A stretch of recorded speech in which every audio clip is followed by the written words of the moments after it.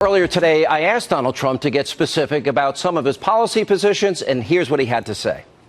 Wall Street Journal says, where's the platform? Where are the details? I want to give you an opportunity to go over some of the issues, some of the things that you've discussed. Let's start with, you talked about Mexico. How quickly could you build a wall? How do you make them pay for the wall, as you said? So easy. Will a politician be able to do it? Absolutely not. You know, it's funny. I watch some of the shows, and including your show, and I watch these guys say, oh, you can't get them to pay for them. We give them tens of billions of dollars a year. They are ripping us left and right. Their leaders are so much smarter than our leaders, Sean. They are ripping us left and right. The wall is peanuts. You know, it's interesting. Is it a tariff? In China, listen to this. In China, the Great China Wall. I mean, you want to talk about a wall. That's a serious wall, okay? That wall you don't climb over with a ladder. You don't even go under it, okay? That wall is 13,000 miles. If you add up everything in the kitchen sink with what we're talking about on our border, it's less than 2,000 miles. And a lot of it you don't have to do because you're covered with terrain and you're covered with areas that are already built. Sure. So let's say you're talking about 1,000 miles versus 13, and then they say you can't do it. It's peanuts. It's peanuts. And I will get Mexico, whether it's a tariff or whether they just give us the money. Sean, they need us so badly. And I'll be friends with Mexico. I'm going to have a great relationship with Mexico. We have a bad relationship with Mexico, and they're an abuser. China's an abuser. By the way, every country is an abuser because we have very stupid people representing us. They're incompetent. So through a tariff, whatever it means necessary, you're going to say, if you want to do business with the U.S., you want to do business, you're going to help us with this. You know how easy that is? They'll probably just give us the money. But then I watch politicians get on, because it's not their thing, Sean. I watch politicians come on. Can you imagine, Sean, he's saying Mexico's going to pay? They'll never pay. And I'm saying, that's like 100%. That's not like 98%. Sean, it's 100% they're going to pay.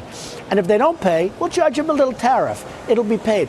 But we need the wall. We have to stop these killers from coming in. When you look at all of the murders that are happening and all of the crime that's happening, and I've been saying, and I said it, Mexico is sending, they're very smart, Mexico is sending some rough people, some bad dudes, and you see some of those dudes. It solves a lot of their social problems. Not only social problems. By keeping the border open, you know how ostensibly they're saying go. Do you know how expensive it is to house these people in a prison where you have a killer, like the killer of Kate, or the killer of the woman yesterday who killed a 66-year-old woman and raped her and tortured her?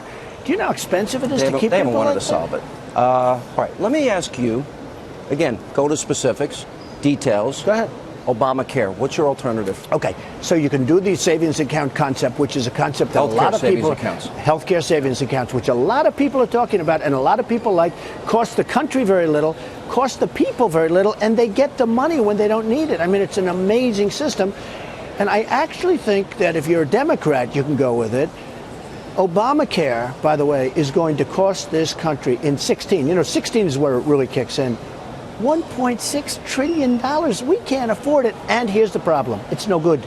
It's no good. Premiums are up on average 40% this year. Oh, it's up and going up a lot more than that. Right. It's no good. How about the deductibles? The deductibles, unless you get hit by a truck, you're never going to even be able to use it. Right. So Obamacare is no good, doesn't work. One of the first things I do if I get elected, end Obamacare and do something really good. Whether it's that, one of the things we have to do is we have to get rid of these artificial state lines that were put in only for the insurance companies. They make a fortune. In other words, portability, buying across state lines. Portability, but really, when I want to bid in New York, I have a lot of people in New York, but I have a lot of states where I have people, right?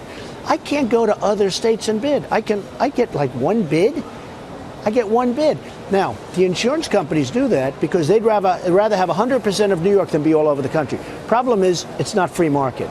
If you get rid of those artificial lines that wrap New York, New Jersey, I want to bid my insurance from California. I want to have 100 bids come in.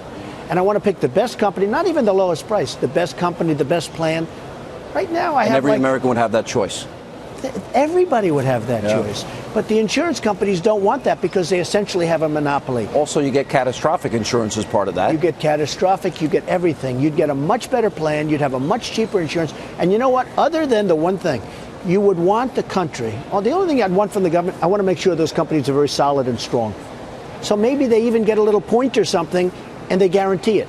Because the one thing you don't want is a company goes bust and you're sitting there and you paid all your life into this, company, you don't want that to happen. You'd protect people with pre-existing conditions. You'd protect. I would do that. I would do it.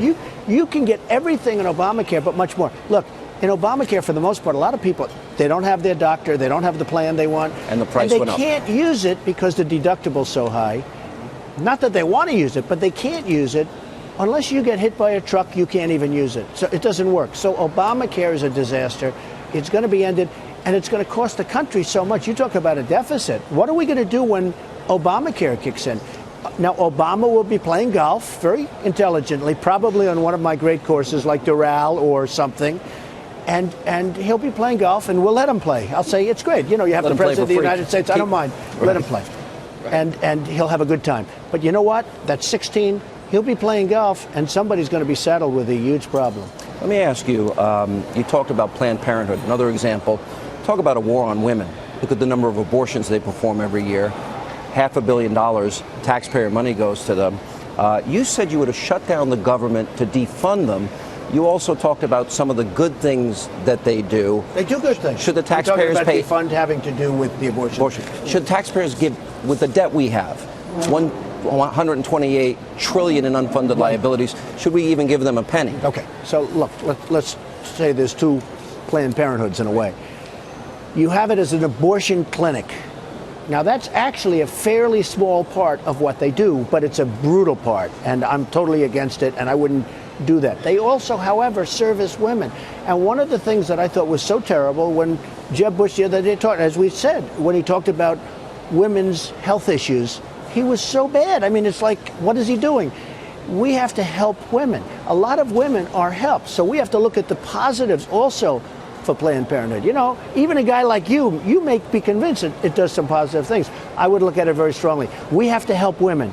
As far as the abortion stuff, absolutely. But if they are doing abortions, then they can allocate their other resources to other things. The government, right. Why should the taxpayers pay for an organization that... Maybe unless they stop with the abortions, we don't do the funding for the stuff that we want. There are many ways you can do that, Sean, because I'm totally against the abortion aspect of Planned Parenthood. But I've had many Republican conservative women come up and say Planned Parenthood serves a good function other than that one aspect.